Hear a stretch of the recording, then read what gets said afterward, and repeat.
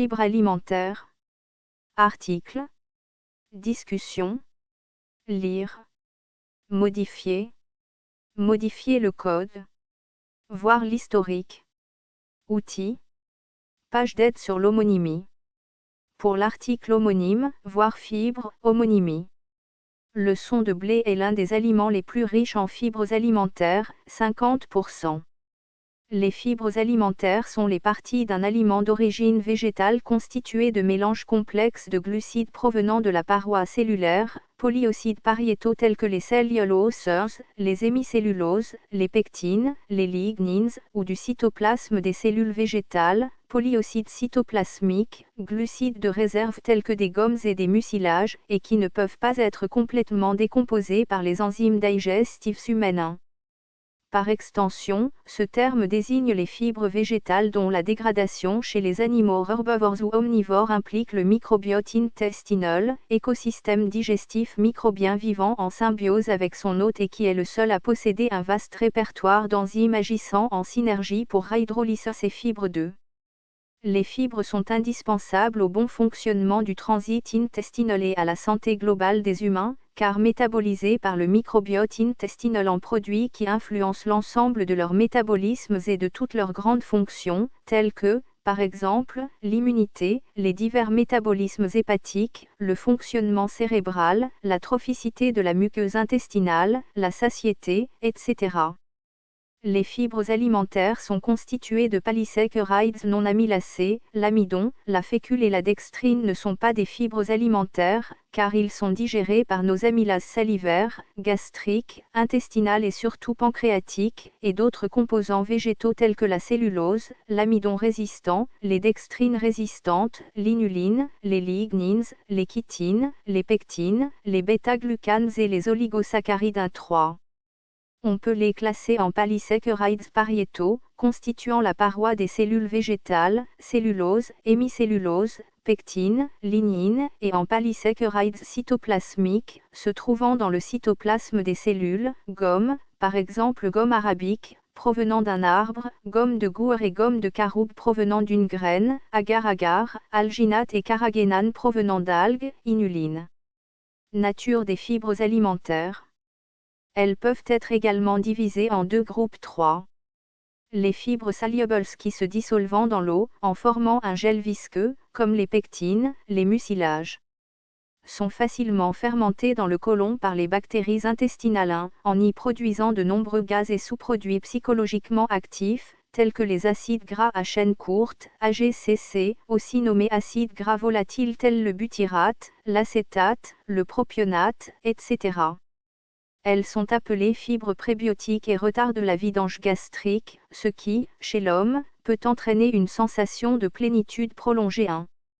Certaines fibres solubles peuvent notamment contribuer à réduire le taux de cholestérol et la glycémie. Les fibres insolubles qui ne se dissolvant pas dans l'eau sont inertes vis-à-vis de nos enzymes digestifs dans le tractus gastro-intestinal supérieur.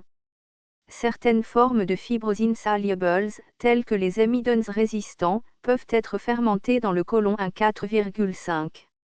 D'autres, comme la cellulose, les hémicelluloses, la lignine, sont des fibres volumineuses qui résistent aux enzymes bactériennes. Elles absorbent l'eau à mesure qu'elles se déplacent dans le système digestif, facilitant ainsi le transit intestinal et la défécation. Rôle nutritionnel. Résistant à la digestion dans l'intestin, les fibres alimentaires n'ont pas de valeur nutritionnelle apparente. En fait, le rôle des fibres est important dans le transit intestinal car elles augmentent le volume du bol alimentaire et changent la consistance des selles, les rendant ainsi plus molles, grâce à leur pouvoir de rétention de l'eau, stimulent les contractions de l'intestin et favorisent l'activité bactérienne dans le côlon. Une carence en fibres peut conduire à des troubles gastriques et intestinaux, constipation ou diarrhée. Elles ont un effet positif d'accélération de la satiété, retardent la sensation de faim et limitent ainsi le risque de suralimentation, ce qui aide à prévenir l'obésité. Concernant leur rôle pour les canidés, elles sont bénéfiques à l'assimilation des autres nutriments références nécessaires. Les fibres insolubles contenues notamment dans le son de céréales, les légumes et légumineuses, permettent de lutter contre la constipation, via un effet osmotique et un effet de masse volumique. Les fibres solubles fermentescibles, essentiellement contenues dans les fruits, améliorent le taux d'assimilation d'autres nutriments de la ration, tels le calcium et autres sels minéraux, et maintiennent un environnement digestif acide, via la production d'acides gras volatiles, défavorables aux bactéries pathogènes.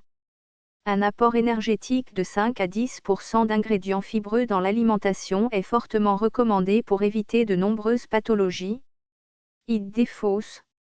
Les fibres ne se lient pas aux sels minéraux et vitamines et donc ne diminuent pas leur absorption 6,7,8. Au contraire, les fibres solubles semblent améliorer l'absorption des sels minéraux, et en particulier celle du calcium 6,7,8. Certains aliments végétaux peuvent réduire l'absorption des minéraux et vitamines comme le calcium, le zinc, la vitamine C et le magnésium, mais c'est dû à la présence d'acide phytique, dont on pense qu'il a également d'importants effets bénéfiques sur la santé référence nécessaire, et non pas aux fibres neuves. Certaines fibres solubles présentant des groupes acides comme l'alginate de sodium ou les pectines piègent le calcium et d'autres métaux. Référence nécessaire. Autres effets attribués aux fibres alimentaires. Un régime riche en fibres diminuerait la mortalité globale 10 ainsi que la mortalité cardiovasculaire, par maladie respiratoire ou par infection.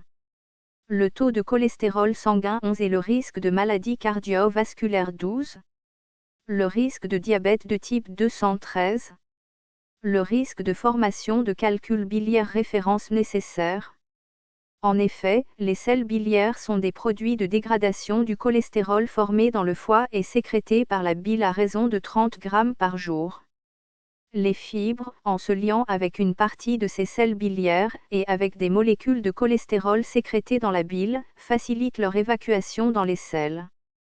Un régime riche en fibres est réputé pour protéger du cancer du côlon 14, mais les études n'ont pas confirmé cette hypothèse 15. Il est possible, en fait, que le bénéfice escompté dépende de l'origine des fibres, en particulier, la consommation de céréales entières diminue significativement la survenue de ce type de cancer 16. Recommandations. L'évolution des habitudes alimentaires, avec l'augmentation relative de la consommation de produits carnés et de l'AIGS, tend à faire baisser l'apport journalier de fibres. Dans les pays développés, on estime à 12 grammes l'apport quotidien moyen en fibres, dont 40% proviennent des céréales.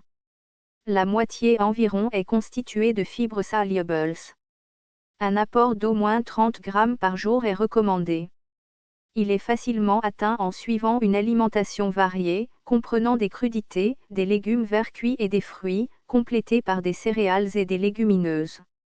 Source de fibres alimentaires. On les trouve exclusivement dans les aliments végétaux, fruits, légumes et céréales, sont, notamment, les fruits secs, pruneaux, abricots secs, en sont particulièrement riches. Les fruits apportent de la cellulose et des pectines. Dans les céréales, les fibres, en particulier la lignine, proviennent de la cuticule des graines et sont donc plus présentes dans le son ou les céréales complètes. Les allégations réglementaires sont source de fibres, pour des teneurs supérieures à 1,5 g pour 100 kcal ou 3 g pour 100 g d'aliments. Riche en fibres, pour des teneurs supérieures à 3 g pour 100 kcal ou 6 g pour 100 g d'aliments. Aliments teneur en G/sans G. D'aliments référence souhaitée. Levure alimentaire 20 à 27. Céréales. Son de blé 48 à 55. Flocons d'avoine complet 11,3. Pain complet 8,5. Muesli 7,8. Riz blanc 3,0. Pain blanc 2,7. Légumineuses. Haricots blancs 26. Pois cassés 25. Pois chiches 15. Lentilles cultivées 12. Petits pois 6,3. Légumes. Artichaut 8,6. Carottes 3,7. Pommes de terre 3,5. Chou vert 3,4. Chou-fleur 3,1. Maïs, soja 2,5. potiron 2,0, épinard 1,6, laitue 1,5, tomate 1,4, fruits, amandes 14,3, groseille 8,0, pruneaux 7,0, noix 5,2, grenade 4,0, banane 3,4, poire 2,4, fraise 2,1, myrtille 1,7, date 1,6, pomme 1,4. Définition. Les fibres alimentaires sont définies comme des composants végétaux qui ne sont pas décomposés par les enzymes digestifs humaines.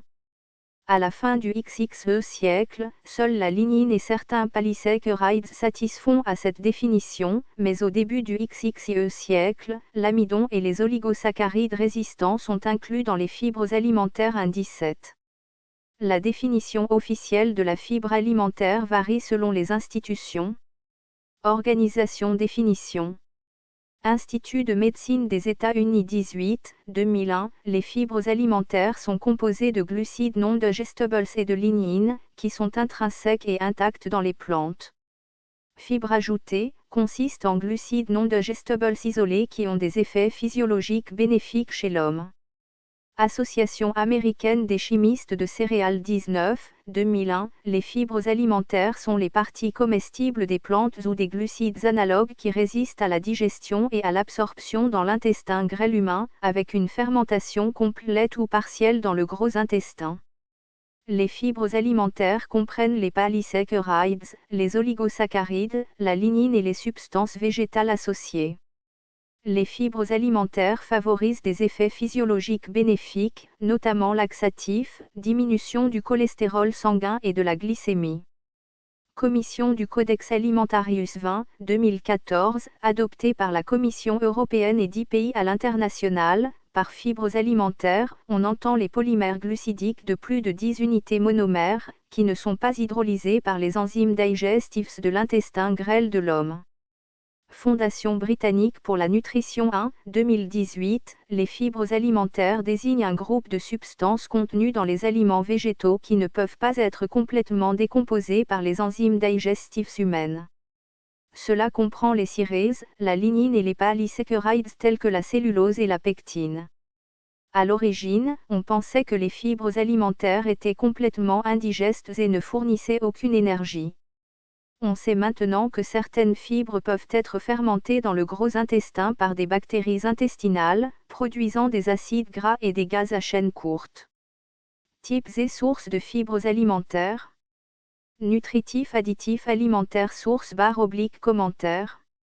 Fibres alimentaires insolubles dans l'eau. Glucanes dont quelques-uns sont solubles dans l'eau. Cellulose E460 céréales, fruits, légumes, dans toutes les plantes en général.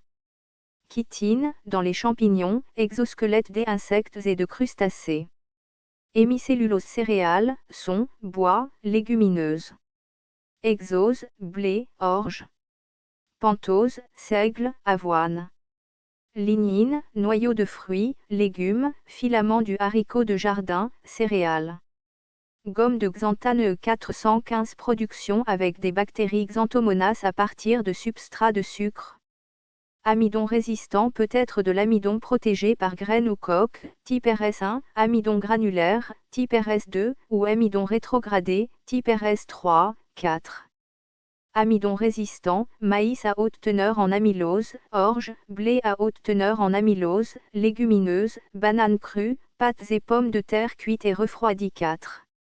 Fibres alimentaires solubles dans l'eau. Arabinoxylane, une hémicellulose, psyllium 21. Fructane remplace ou complète dans certaines plantes l'amidon en tant que glucide de stockage.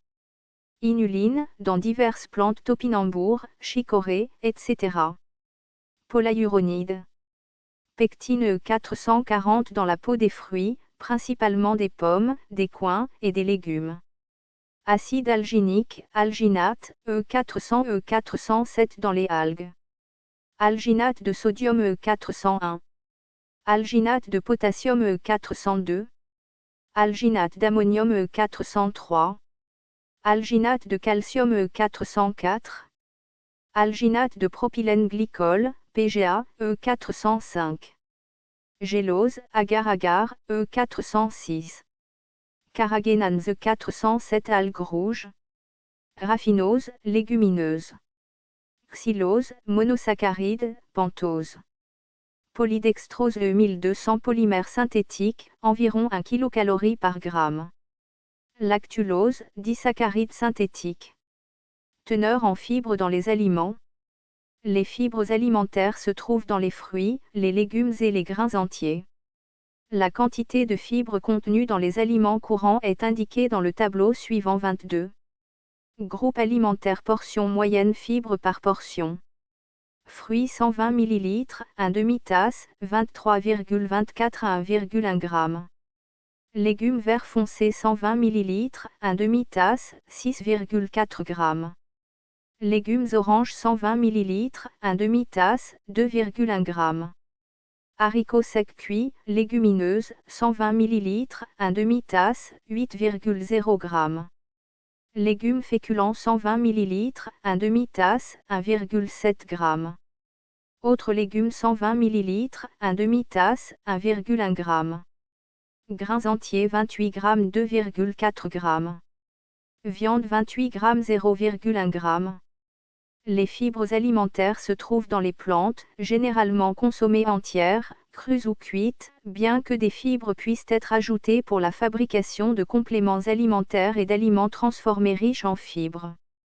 Les produits à base de son de grains ont les teneurs les plus élevées en fibres, comme le son de maïs brut, 79 g pour 100 g, et le son de blé brut, 43 g pour 100 g, qui sont des ingrédients pour les aliments manufacturés 22. Les autorités médicales, telles que la clinique Mayo, recommandent d'ajouter des produits riches en fibres au régime américain standard, riches en aliments transformés et édulcorés artificiellement, avec une consommation minimale de légumes et de légumineuses 25,26. Sources végétales de fibres. Certaines plantes contiennent des quantités importantes de fibres solubles et insolubles. Par exemple, les prunes et les pruneaux ont une peau épaisse recouvrant une pulpe juteuse. La peau est une source de fibres insolubles, alors que les fibres solubles se trouvent dans la pulpe. Les raisins contiennent également une bonne quantité de fibres 27. Les fibres solubles se trouvent en quantité variable dans tous les aliments d'origine végétale, notamment légumineuses, pois, soja, lupins et autres haricots. Avoine, seigle, chia et orge. Certains fruits, dont figues, avocats, prunes, pruneaux, bailles, bananes mûres et la peau de pomme, de coings et de poires. Certains légumes comme les brocolis, les carottes et les artichauts de Jérusalem, ou topinambour. Tubercules de racines et légumes racines tels que patates douces et oignons, les peaux de ceux-ci sont également des sources de fibres insolubles. Causse de graines de psyllium, une fibre soluble dans le mucilage, et graines de lin. Noix, avec les amandes étant le plus riche en fibres alimentaires.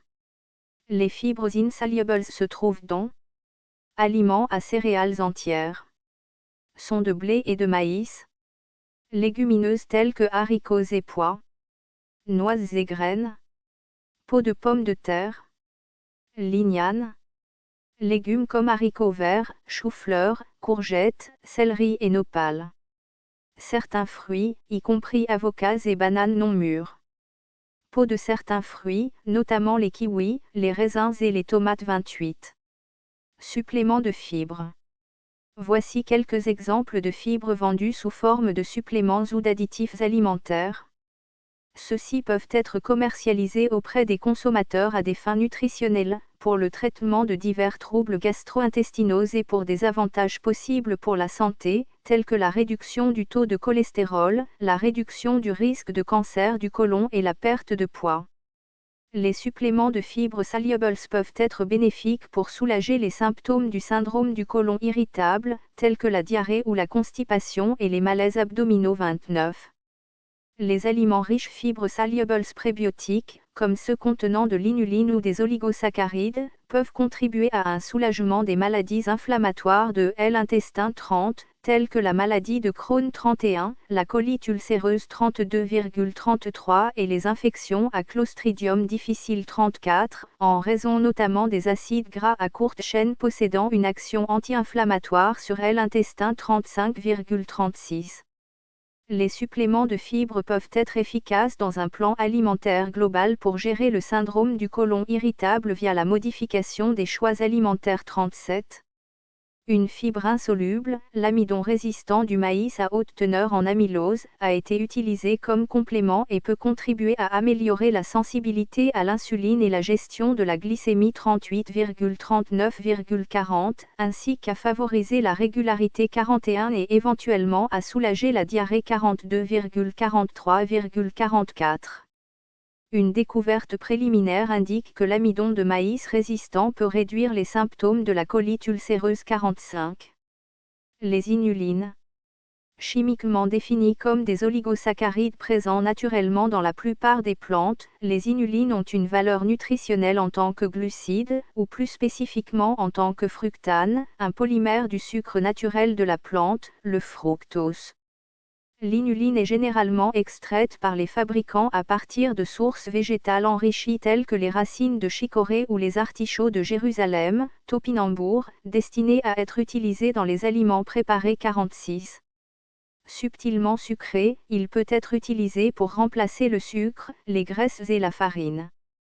Il est souvent utilisé pour améliorer les qualités d'écoulement et de mélange des suppléments nutritionnels en poudre et présente un potentiel santé important en tant que fibre fermentée cible prébiotique 47. L'inuline est avantageuse car elle ne contient que 25 à 30% de l'énergie alimentaire du sucre ou des autres glucides et 10 à 15% de l'énergie des graisses. En tant que fibre fermentée cible prébiotique, son métabolisme par la flore intestinale donne des acides gras à courte chaîne, butyrate, lactate, propionate, acétate, etc., qui augmentent l'absorption du calcium 48, du magnésium 49 et du fer 50 résultant de la régulation positive de gènes de transport de minéraux et des protéines de transport membranaire de ces derniers dans la paroi intestinale. En outre, l'inuline favorise l'augmentation des lactobacillus et bifidobacterium intestinaux. Le principal inconvénient de l'inuline est sa tolérance. En tant que fibre fermentée cible soluble, elle est rapidement et facilement fermentée dans le tractus intestinal, ce qui peut provoquer des troubles gazeux et digestifs lors de doses supérieures à 15 g/jour chez la plupart des gens 51. Les personnes atteintes de colonisation bactérienne chronique de l'intestin grêle sont soulagées par l'élimination transitoire du fructose, du lactose et de l'inuline de leur régime alimentaire, comme de tous les aliments riches en FODMAP, tant que le problème n'est pas résolu 52. Bien que des études cliniques aient montré des modifications du microbiote à des niveaux d'ingestion d'inuline plus faibles, cependant, certains effets bénéfiques sur la santé nécessitent plus de 15 g/jour 53. Gomme végétale. Les suppléments de fibres de gomme végétale sont relativement nouveaux sur le marché. Souvent vendus sous forme de poudre, les fibres de gomme végétale se dissolvant facilement et sans arrière-goût. Lors d'essais cliniques préliminaires, ils se sont révélés efficaces pour le traitement du syndrome du côlon irritable 54. Des exemples de fibres de gomme végétale sont la gomme gourd et la gomme arabique. Activité dans l'intestin. De nombreuses molécules sont considérées comme des fibres alimentaires, car les humains ne disposent pas des enzymes nécessaires pour scinder le lien glycosidique entre les différents monomères qui les composent. N'étant pas digérées dans l'intestin grêle, elles atteignent intact le gros intestin, où elles servent de nourriture de choix pour les bactéries qui nous sont bénéfiques. De nombreux aliments contiennent différents types de fibres alimentaires, qui contribuent toutes à la santé de différentes manières. Les fibres alimentaires apportent 3 contributions principales, le volume, la viscosité et la fermentation 55. Différentes fibres ont des effets différents, ce qui suggère qu'une variété de fibres alimentaires contribue à la santé en général. Certaines fibres y contribuent par un mécanisme primaire. Par exemple, la cellulose et le son de blé offrent d'excellents effets de volume des selles, mais sont peu fermentées.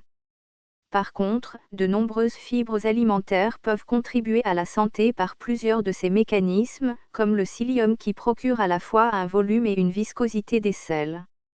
Les fibres qui procurent du volume peuvent être solubles, psyllium, ou insolubles, cellulose et hémicellulose. Elles absorbent l'eau et peuvent augmenter considérablement le poids et la régularité des sels. La plupart de ces fibres ne sont pas ou peu fermentées dans le tractus intestinal 55. Les fibres assurant la viscosité épaississent le contenu du tractus intestinal et peuvent ralentir l'absorption du sucre, réduire l'hyperglycémie postprandiale et réduire l'absorption des lipides, notamment l'absorption du cholestérol. Leur utilisation dans les formulations alimentaires est souvent limitée à de faibles concentrations en raison de leurs effets de viscosité et d'épaississement. Certaines fibres visqueuses peuvent également être partiellement ou totalement fermentées dans le tractus intestinal, gomme de Gower, bêta-glucane, glucomanane et pectine, mais certaines fibres visqueuses sont peu ou pas fermentées, cellulose modifiée comme la méthylcellulose et le psyllium, et assurent ainsi un effet laxatif 55. Les fibres fermentescibles sont consommées par le microbiote dans le gros intestin, ce qui entraîne une légère augmentation du volume des selles et la production d'acides gras volatiles qui possèdent de multiples activités physiologiques, discussion ci-dessous. L'amidon résistant, l'inuline, le fructooligosaccharide et le galactoligosaccharide sont des fibres alimentaires entièrement fermentées. Celles-ci incluent des fibres insolubles ou solubles. Cette fermentation influence l'expression de nombreux gènes du gros intestin 56 qui affectent la fonction digestive et le métabolisme des lipides et du glucose, ainsi que le système immunitaire, l'inflammation et plus encore 57. Les fibres alimentaires peuvent modifier la nature du contenu du tractus gastro-intestinal et modifier la manière dont les autres nutriments et produits chimiques sont absorbés par le gonflement et la viscosité 3,58. Certains types de fibres solubles se lient aux acides biliaires de l'intestin grêle, ce qui les rend moins susceptibles de réintégrer le corps. Ceci à son tour réduit les niveaux de cholestérol dans le sang à la suite de l'oxydation du cholestérol en acide biliaire par les cytochromes P45017. Les fibres insolubles sont associées à un risque réduit de diabète 59. Un type de fibre alimentaire insoluble, l'amidon résistant, peut augmenter la sensibilité à l'insuline chez les personnes en bonne santé 60,61, chez les diabétiques de type 262 et les personnes prédiabétiques présentant une résistance à l'insuline, contribuant à une réduction du risque d'évolution vers un diabète de type 263,64,65. La fibre alimentaire n'a pas encore été formellement proposée comme macronutriment essentiel, mais les autorités de réglementation de nombreux pays développés recommandent d'augmenter l'apport en fibres 3,58,66,67. Propriétés physico-chimiques. Les fibres alimentaires ont des propriétés physico-chimiques distinctes. La plupart des aliments semi-solides, fibres et matières grasses, sont une combinaison de matrices de gel hydraté ou collabées d'éléments de microstructure, de globules, de solutions ou de parois encapsulantes. Les fruits et légumes frais sont des matériaux cellulaires 68,69,70. Les cellules de pommes de terre et de légumineuses cuites sont des gels remplis de granules d'amidon gélatinisés.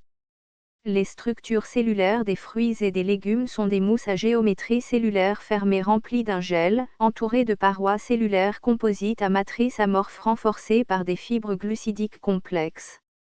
La taille des particules et les interactions interfaciales avec les matrices adjacentes affectent les propriétés mécaniques des composants alimentaires. Les polymères alimentaires peuvent être solubles ou gélifiés dans l'eau. L'eau est le gélifiant le plus important, en particulier dans les systèmes biologiques, modifiant ainsi les propriétés mécaniques.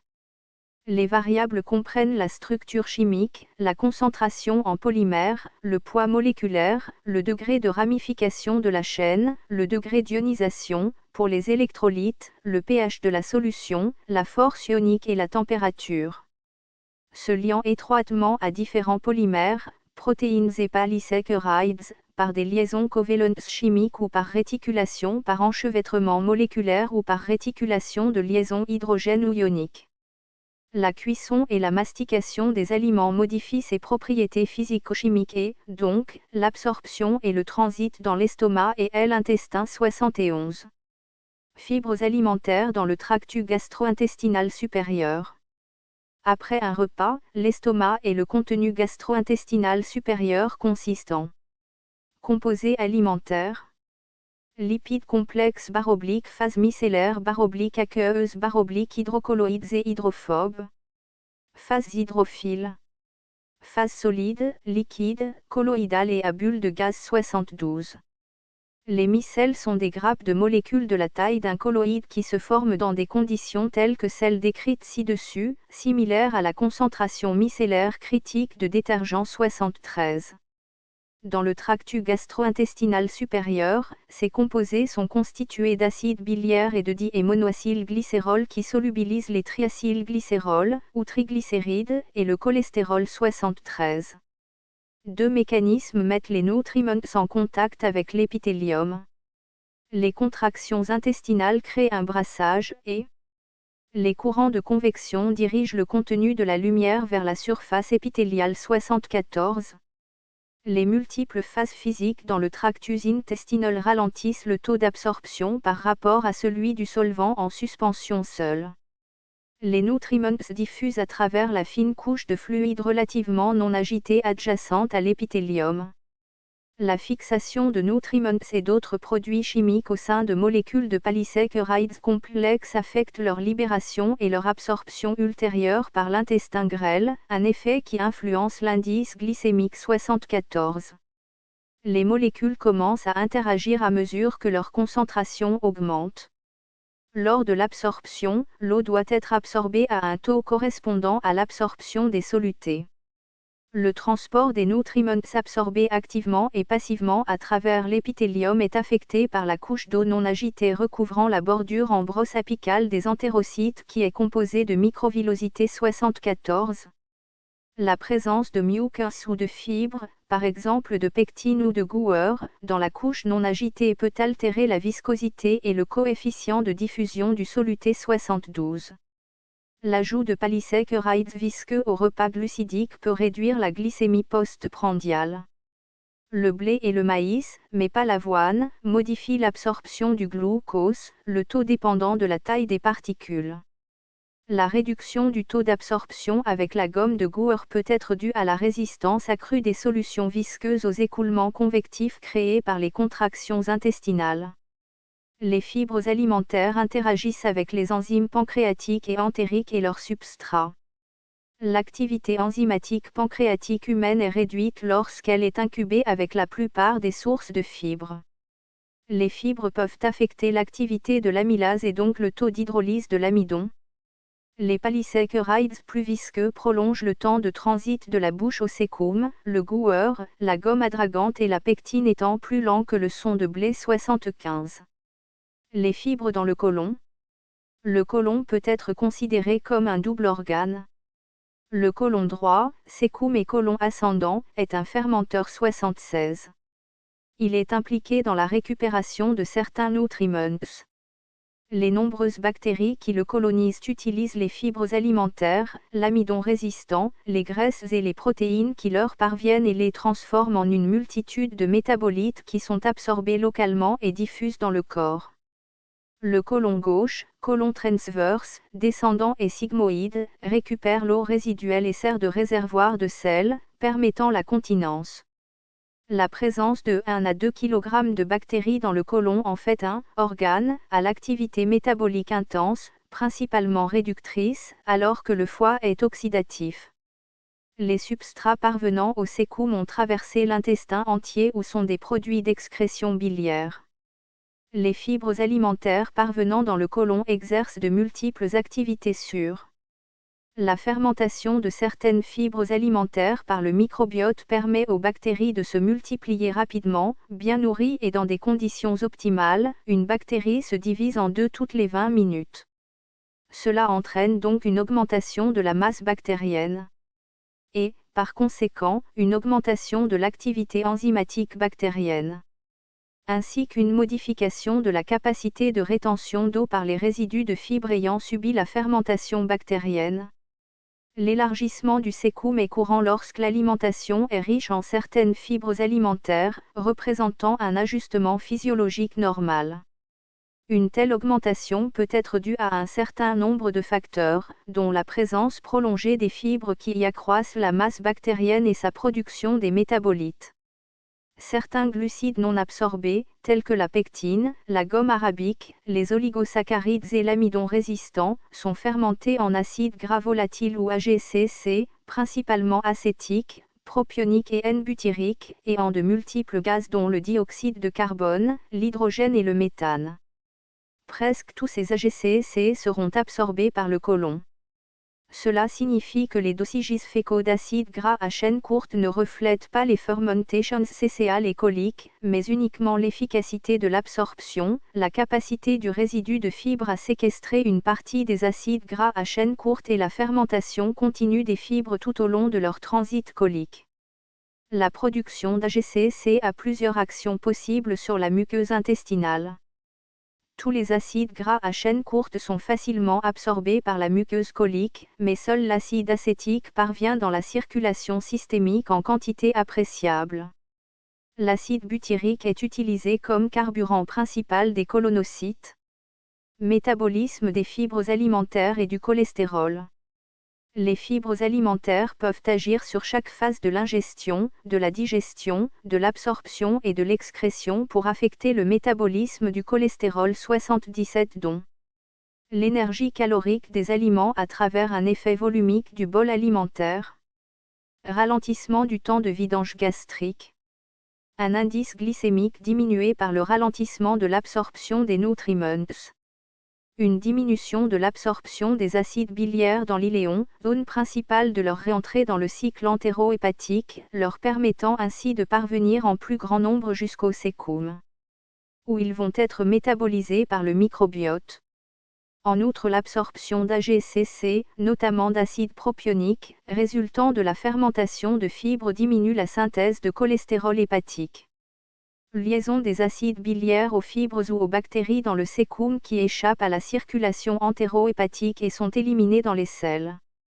Une action importante de certaines fibres consiste à réduire la réabsorption des acides biliaires dans l'iléon et donc augmentant la quantité et le type d'acide biliaire atteignant le côlon. Une réduction de la réabsorption de l'acide biliaire par l'iléon a plusieurs effets directs. Les graisses, non émulsionnées par les selles biliaires, ne peuvent être absorbées par l'intestin grêle et parviennent ainsi en plus grande quantité au niveau colique où elles seront métabolisées par les bactéries. Les acides biliaires peuvent être piégés dans la lumière de l'iléon soit en raison d'une viscosité luminale élevée, soit en raison d'une liaison à une fibre alimentaire 78. La lignine dans ces fibres absorbe les acides biliaires, mais la forme non conjuguée des acides biliaires est davantage absorbée que la forme conjuguée. Dans l'iléon, là où les acides biliaires sont principalement absorbés, les acides biliaires sont principalement sous forme conjuguée. La circulation entéro-hépatique des acides biliaires peut être altérée et il existe un flux accru d'acides biliaires arrivant jusqu'au sécum, où ils sont déconjugués et dihydroxylés en position 7-alpha. Ces formes hydrosolubles d'acide biliaire, par exemple, désoxycholiques et lithocoliques, sont absorbées sur les fibres alimentaires et entraînent une perte accrue de stérol dans les matières fécales, selon la quantité et le type de fibre. Un autre facteur est l'augmentation de la masse bactérienne et de son activité au niveau de l'iléon. Certaines fibres, par exemple la pectine, y étant digérées par les bactéries. La perte fécale d'acide biliaire entraîne une synthèse accrue d'acide biliaire à partir du cholestérol, ce qui réduit le cholestérol corporel. Les fibres qui influencent le plus le métabolisme des stérols, par exemple, la pectine, sont fermentées dans le côlon. Il est donc peu probable que la réduction du cholestérol corporel soit due à son adsorption sur cette fibre qui est finalement fermentée dans le côlon. Les acides biliaires sont métabolisés par les bactéries coliques. La production d'AGCC absorbée par le côlon, retourne au foie dans la veine porte et module la synthèse du cholestérol et son catabolisme en acide biliaire. Le principal mécanisme par lequel les fibres influencent le métabolisme du cholestérol consiste en la liaison des acides biliaires dans le côlon par les bactéries après leur déconjugaison et déshydroxylation initiale. Les acides biliaires séquestrés sont ensuite excrétés dans les selles 79. Les fibres fermentescibles, par exemple la pectine, augmentent la masse bactérienne colique en lui fournissant un milieu nutritif propice pour sa croissance. D'autres fibres, par exemple la gomme arabique, agissent en tant que stabilisant et entraînent une diminution significative du cholestérol sérique sans augmenter l'excrétion des acides biliaires fécaux. Enfants mangeant des fibres alimentaires. Fibres alimentaires et poids fécal. Les matières fécales sont constituées d'un matériau semblable à de la pâte à modeler, composé d'eau, de bactéries, de lipides, de stérols, de mucus et de fibres. Les matières fécales contiennent 75% d'eau, les bactéries contribuent beaucoup au poids sec, les résidus étant des fibres non fermentées et des composés excrétés. Le débit fécal peut varier entre 20 et 280 grammes sur 24 heures. La quantité de matière fécale accumulée par jour varie d'un individu à l'autre sur une période donnée. Parmi les composants alimentaires, seules les fibres alimentaires augmentent le poids des matières fécales. L'eau est distribuée dans le côlon de 3 manières. Eau libre pouvant être absorbée par le côlon. Eau incorporée dans la masse bactérienne. L'eau qui est liée aux fibres. Le poids fécal est dicté par la rétention d'eau par les fibres alimentaires résiduelles après la fermentation. La masse bactérienne. Les produits de la fermentation bactérienne peuvent également avoir un effet osmotique supplémentaire sur la masse fécale. Le son de blé est faiblement fermenté et lie l'eau. Lorsqu'il est ajouté au régime, il augmente le poids des matières fécales de manière linéaire prévisible et réduit le temps de transit intestinal. La taille des particules de la fibre est primordiale, le son de blé grossier étant plus efficace que le son de blé fin. Plus la capacité de rétention d'eau du son est grande, plus l'effet sur le poids des matières fécales est important. Pour la plupart des individus en bonne santé, l'augmentation du poids des matières fécales humides, en fonction de la taille des particules du son, est généralement de l'ordre de 3 à 5 gr/gr de fibres. La fermentation de certaines fibres entraîne une augmentation du contenu bactérien et éventuellement du poids des matières fécales. D'autres fibres, par exemple la pectine, sont fermentées et n'ont aucun effet sur le poids des selles. Effet de la consommation de fibres. Des recherches ont montré que les fibres pouvaient avoir des effets bénéfiques sur la santé de plusieurs manières. La lignine est probablement des matières apparentes et résistantes à la dégradation enzymatique diminue la valeur nutritionnelle des aliments. 80. Code couleur des entrées de la table. Les deux s'appliquent aux fibres solubles et insolubles. Soluble s'applique uniquement aux fibres solubles. Insoluble s'applique aux fibres insolubles uniquement. Effet 1,81. Augmente le volume des aliments sans augmenter la teneur en calories autant que les glucides digestibles, procurant ainsi une satiété pouvant réduire l'appétit. Attire l'eau et forme un gel visqueux pendant la digestion, ce qui ralentit la vidange de l'estomac et du transit intestinal, protège les glucides des enzymes et retarde l'absorption du glucose 1,82, ce qui réduit l'hyperglycémie post-prandiale. Abaisse le cholestérol total et le cholestérol LDL, ce qui peut réduire le risque de maladies cardiovasculaires. 1. Régule la glycémie, en réduisant l'hyperglycémie et l'hyperinsulinémie, ce qui est particulièrement intéressant chez les patients diabétiques ou prédiabétiques. 1,83. Accélère le transit intestinal, facilitant une défécation régulière. Ajoute du volume aux selles, ce qui diminue la constipation. Diminue le pH intestinal. 84 en stimulant la production de fermentation intestinale d'acides gras à chaîne courte. 1. Les fibres ne se lient pas aux minéraux et aux vitamines et ne limitent donc pas leur absorption, mais il est plutôt prouvé que les sources de fibres fermentescibles améliorent l'absorption des minéraux, en particulier du calcium. 85,86,87. Certains aliments d'origine végétale peuvent réduire l'absorption de minéraux et de vitamines comme le calcium, le zinc, la vitamine C et le magnésium, mais cela est dû à la présence, non de fibres, mais de phytates, qui auraient également des effets bénéfiques importants sur la santé. 88. Recherche. Une étude portant sur 388 000 adultes âgés de 50 à 71 ans pendant 9 ans a révélé que les plus gros consommateurs de fibres avaient 22% moins de risque de mourir au cours de cette période. 89. Outre le risque moins élevé de décès par cardiopathie, une consommation adéquate d'aliments contenant des fibres, en particulier des céréales, était également associée à une incidence réduite de maladies infectieuses et respiratoires et, en particulier chez les hommes, à un risque réduit de décès par cancer. Une étude conçue avec un échantillon important et menée par NIHARP a étudié la corrélation entre consommation de fibres et cancer colorectal. La cohorte analytique était composée de 291 988 hommes et de 197 623 femmes âgées de 50 à 71 ans. Le régime alimentaire a été évalué à l'aide d'un questionnaire auto-administré sur la fréquence des repas au début de la période 1995 à 1996. En tout, 2974 cas de cancer colorectal ont été identifiés au cours des 5 années de suivi. Le résultat était que l'apport total en fibres n'était pas associé au cancer colorectal. 90. Bien que de nombreux chercheurs pensent que l'apport en fibres alimentaires réduise le risque de cancer du côlon, une étude menée par des chercheurs de la Harvard School of Medicine sur plus de 88 000 femmes n'a pas montré de relation statistiquement significative entre une consommation accrue de fibres et des taux plus faibles de cancer colorectal ou d'adénome colique. 91.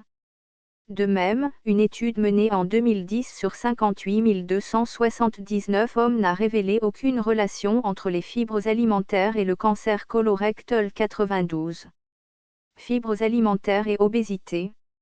Les fibres alimentaires ont de nombreuses fonctions dans le régime alimentaire, dont l'une peut être d'aider à contrôler l'apport énergétique et à réduire le risque de développement de l'obésité.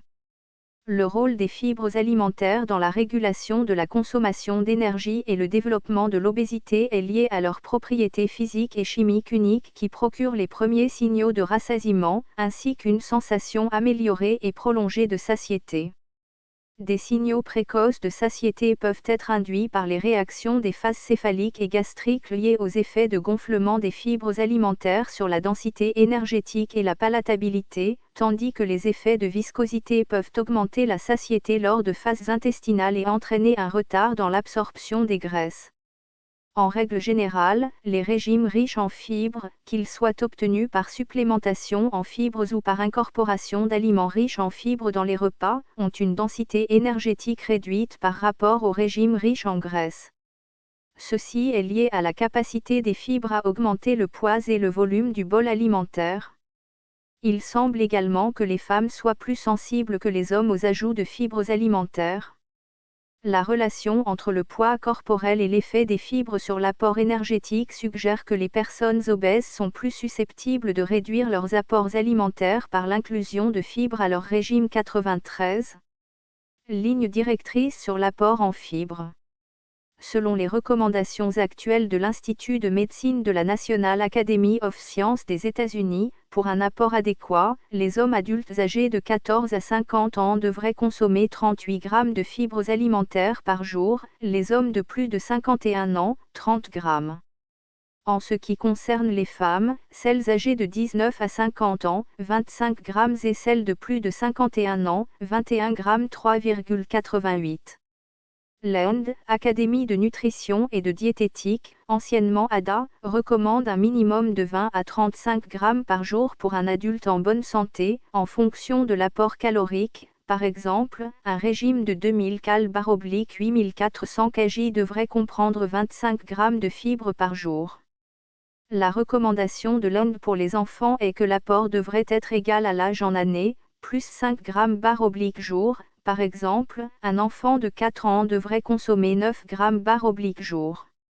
Aucune ligne directrice n'a encore été établie pour les personnes âgées ou très malades. Les patients souffrant de constipation, de vomissements et de douleurs abdominales devraient consulter un médecin. Certains agents de charge ne sont généralement pas recommandés avec la prescription d'opioïdes, car la lenteur du temps de transit, combinée à des selles plus grosses, peut entraîner une constipation sévère, des douleurs importantes, voire une grave obstruction intestinale. À compter de 2018, la British Nutrition Foundation a recommandé aux adultes en bonne santé de consommer au moins 30 grammes de fibres par jour. 94. Recommandations en fibres. Aux États-Unis, en moyenne, les Nord-Américains consomment moins de 50% des niveaux de fibres alimentaires recommandés pour une bonne santé. Dans les choix alimentaires préférés des jeunes d'aujourd'hui, cette valeur peut être aussi basse que 20%, un facteur considéré par les experts comme contribuant au niveau d'obésité observé dans de nombreux pays développés. 95. Reconnaissant la preuve scientifique indéniable des avantages physiologiques d'une consommation accrue de fibres, des organismes de réglementation tels que la Food and Drug Administration, FDA, des États-Unis ont approuvé les produits alimentaires faisant l'objet d'allégations de santé concernant les fibres. La FDA classe les ingrédients qualifiés de fibres et exige, pour l'étiquetage du produit, que l'ajout de l'ingrédient à la fibre apporte un bénéfice physiologique. 96. Depuis 2008, la FDA a approuvé les allégations de santé concernant les produits à base de fibres, indiquant que leur consommation régulière peut réduire le taux de cholestérol dans le sang, ce qui peut réduire le risque de maladies coronariennes. 97 ainsi que celui de certains types de cancer. 98. Les sources de fibres visqueuses ayant obtenu l'approbation de la FDA sont graines de plantain psyllium, 7 grammes par jour. Bêta-glucane provenant de son d'avoine entière, d'avoine blanche ou de flocons d'avoine, 3 grammes par jour. Bêta-glucane d'orge à grains entiers ou à sec, 3 grammes par jour. Parmi les autres exemples de sources de fibres gonflantes utilisées dans les aliments fonctionnels et les suppléments, citons la cellulose, la gomme de Gour et la gomme de xanthane. D'autres exemples de sources de fibres fermentescibles, provenant des plantes ou de la biotechnologie, utilisées dans les aliments fonctionnels et les suppléments comprennent l'amidon résistant, l'inuline, les fructanes, les fructooligosaccharides, les oligo- ou polysaccharides et les dextrines résistantes, qui peuvent être partiellement ou totalement fermentées. Un apport constant de fibres fermentescibles peut réduire le risque de maladies chroniques. 99,101. Une alimentation insuffisante en fibres peut entraîner la constipation. 102. Au Royaume-Uni.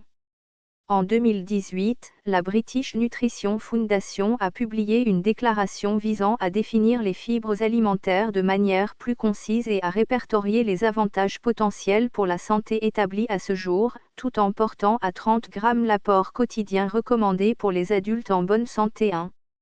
Le terme « fibre alimentaire » a été utilisé comme terme collectif pour désigner un mélange complexe de substances ayant différentes propriétés chimiques et physiques et exerçant différents types d'effets physiologiques.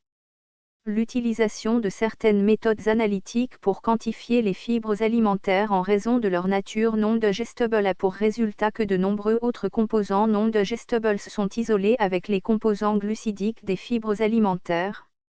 Ces composants comprennent les amidones et oligosaccharides résistants ainsi que d'autres substances présentes dans la structure des cellules végétales et qui contribuent au matériel alimentaire qui traverse le tube digestif.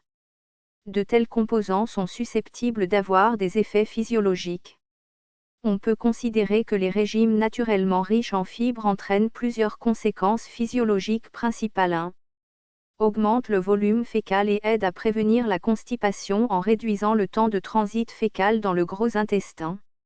Améliore la santé gastro-intestinale. Améliore la tolérance au glucose et la réponse à l'insuline après un repas. Augmente la fermentation colique et la production d'acides gras à chaîne courte. Module positivement le microbiote intestinal. Réduit l'hyperlipidémie, l'hypertension et d'autres facteurs de risque de la maladie coronarienne. Augmente la satiété et peut donc contribuer à la gestion du poids. La fibre est définie par son impact physiologique, avec de nombreux types hétérogènes de fibres. Certaines fibres peuvent avoir un impact majeur sur l'un de ces avantages, par exemple, la cellulose augmente le volume des matières fécales et prévient la constipation, mais de nombreuses fibres ont plus d'un impact sur ces avantages, par exemple, l'amidon résistant augmente le gonflement, augmente la fermentation bactérienne dans le côlon, module le microbiote colique et augmente la satiété et sensibilité à l'insuline, 4,5. Les effets bénéfiques des régimes riches en fibres sont la somme des effets des différents types de fibres présents dans le régime ainsi que d'autres composants de ces régimes. Définir les fibres psychologiquement permet la reconnaissance des glucides non digestibles avec des structures et des propriétés physiologiques similaires à celles des fibres alimentaires naturelles. 1. Fibres et fermentation. L'Association américaine des chimistes spécialistes des céréales a défini la fibre soluble de la manière suivante: les parties comestibles de plantes ou d'hydrates de carbone similaires résistants à la digestion et à l'absorption dans l'intestin grêle humain avec une fermentation complète ou partielle dans le gros intestin. 103. Dans cette définition, parties comestibles de plantes signifie que certaines parties d'une plante que nous mangeons, peau, pulpe, graines, tiges, feuilles, racines, contiennent des fibres. Les sources insolubles et solubles se trouvent dans ces composants végétaux. Glucides. Les glucides complexes, tels que les sucres à longue chaîne, également appelés amidons, oligosaccharides ou polysaccharides, sont des sources de fibres fermentescibles solubles, résistants à la digestion et à l'absorption dans l'intestin grêle humain. Les aliments fournissant des nutriments sont digérés par l'acide gastrique et les enzymes digestifs de l'estomac et de l'intestin grêle, où les nutriments sont libérés, puis absorbés par la paroi intestinale pour être transportés dans le sang et dans le corps. Un aliment résistant à ce processus est non digéré, de même que les fibres insolubles et solubles. Ils passent dans le gros intestin aidés par leur absorption d'eau, fibres insolubles, ou leur dissolution dans l'eau, fibres solubles. Fermentation complète ou partielle dans le gros intestin. Dans le côlon, une absorption supplémentaire de nutriments se produit par le processus de fermentation. La fermentation s'effectue par l'action des bactéries sur la masse alimentaire résiduelle qui y parvient, sans avoir subi la digestion enzymatique dans le grêle, produisant des gaz et des acides gras à courte chaîne. Ce sont eux, acides butyriques, acétiques, éthanoïques, propioniques et valériques, qui possèdent des propriétés importantes pour la santé. 104. Comme exemple de fermentation, les glucides à chaîne courte, fibres que l'on trouve dans les légumineuses, ne peuvent pas être digérés, mais sont transformés par fermentation dans le côlon en acides gras à chaîne courte, qui peuvent donner des ballonnements puis sont généralement expulsés sous forme de flatulence. Selon un article de revue de 200 299, les composés de fibres à fermentabilité partielle ou peu élevée comprennent la cellulose, un polysaccharide. L'hémicellulose, un polysaccharide. Les lignanes, un groupe de phytoestrogènes. Les cirèses végétales. Les composés de fibres à haute fermentabilité comprennent les amidones résistants. Les bêta-glucanes, un groupe de polysaccharides. Les pectines, un groupe d'hétéropolysaccharides. Les gommes naturelles, un groupe de polysaccharides. Les inulines, un groupe de polysaccharides.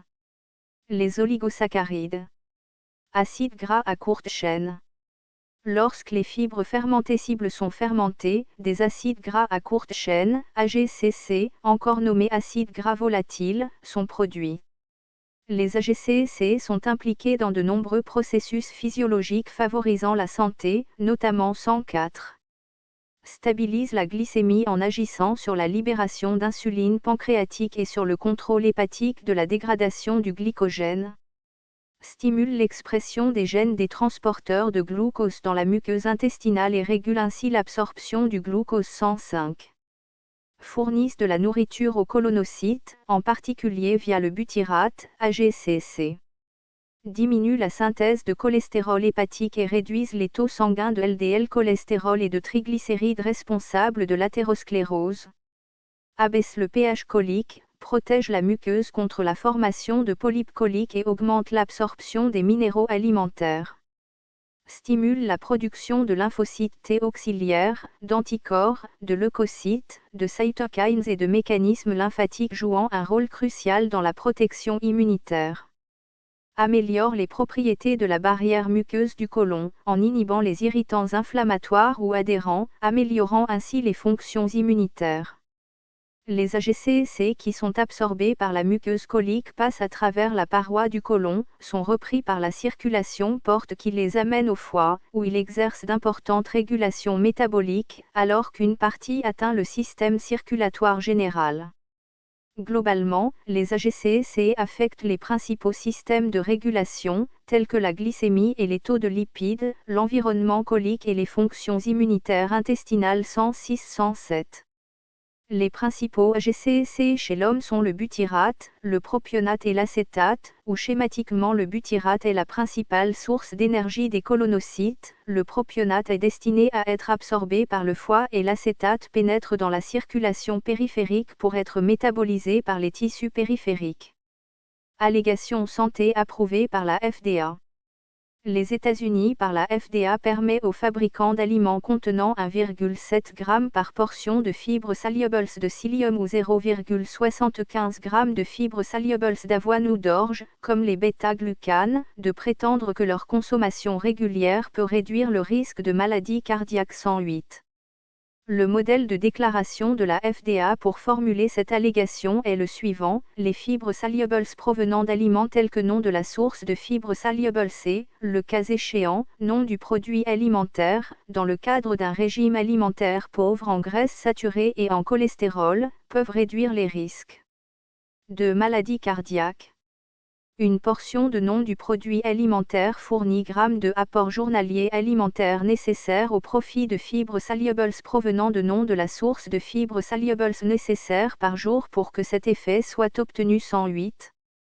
Les sources admissibles de fibres solubles fournissant du bêta-glucane comprennent le leçon d'avoine, les flocons d'avoine, la farine d'avoine entière, l'eau à trim, l'orge à grains entiers et orge à sec.